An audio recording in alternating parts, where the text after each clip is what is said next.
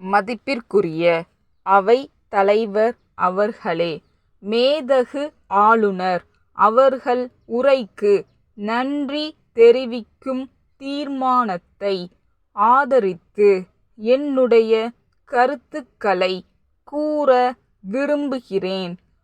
ஆளுநர் உரையில் முதலாவதாக வேளாண்மை பற்றி முக்கியமாக சொல்லப்பட்டிருக்கிறது.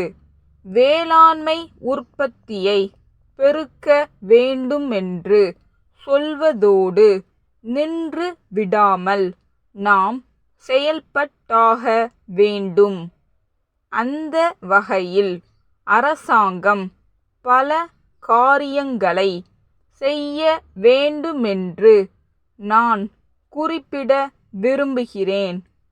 காரணம், பாசன ஆதாரங்கள் என்று எடுத்து கொண்டாலும் இன்னும் பல ஏரிகளும் குளங்களும் செப்பனிடப்படாமல் இருக்கின்றன. உடனடியாக அவற்றை சீர் செய்ய வேண்டுமென்று கேட்டுக்கொள்கிறேன்.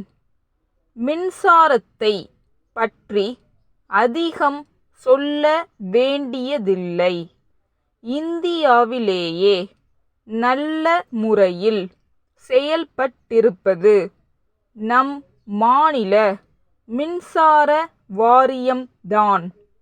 யாரும் அதை மறுக்க முடியாது. இருந்தாலும் துணை கருவிகள் இல்லாமல் மின்சாரம் சம்பந்தப்பட்ட வேலைகள் தேங்கி கிடக்கின்றன. அதை மற்றவர்களுக்கும் பகிர்ந்து கொடுக்க முடியாத நிலைமை ஏற்பட்டிருக்கிறது. பொதுவாக சில கிணறுகளுக்கு நீண்ட காலமாக மின்சார இணைப்பு கொடுக்க முடியாமல் இருக்கிறது. கேட்டால் கம்பி இல்லை, கம்பம் இல்லை என்கிறார்கள். உணவு உற்பத்தி என்றால் நாம் பெரிதும் இறைவை பாசனத்தை எதிர்பார்க்க வேண்டி இருப்பதால் விரைந்து மின்சார துணை கருவிகளை பெற்று கொடுக்க வேண்டுமென்று கேட்டுக்கொள்கிறேன். உணவு தானியத்தை பொறுத்தவரையில் கடந்த 15 ஆண்டுகளில் பல மடங்கு பெருக்கி கொண்டு தான் வந்திருக்கிறோம். இருந்தும் நமக்கு பற்றாக்குறை இருக்கிறது என்றால் அதற்கு காரணம் என்ன? அதைவிட வேகமாக மக்கள் பெருக்கம் ஏற்பட்டிருக்கிறது. இந்த உண்மையை புரிந்து கொள்ளாமல் நாம் உணவு உற்பத்தியில் கவனம் செலுத்துவதில்லை என்று வேண்டுமென்றே குறை சொல்கிறார்கள். இது வேண்டுமானால் ஒரு பிரச்சாரத்திற்கு பயன்படுமே தவிர வேறு எந்த பயனும் இதனால் ஏற்படாது என்பதை சுட்டிக்காட்ட விரும்புகிறேன். குற்றங்குறைகளை வெளிப்படுத்துவதிலே தவறு இல்லை. அதே நேரத்தில் நல்ல காரியங்களை பாராட்டாவிட்டாலும் பழி கூறாமல் இருக்கலாம் அல்லவா? செய்ய வேண்டிய பணிகள் எவ்வளவோ இருக்கின்றன. அடிப்படை தேவைகளை நிறைவு செய்யும் போது அடுத்து பல தேவைகள் உதயமாகின்றன.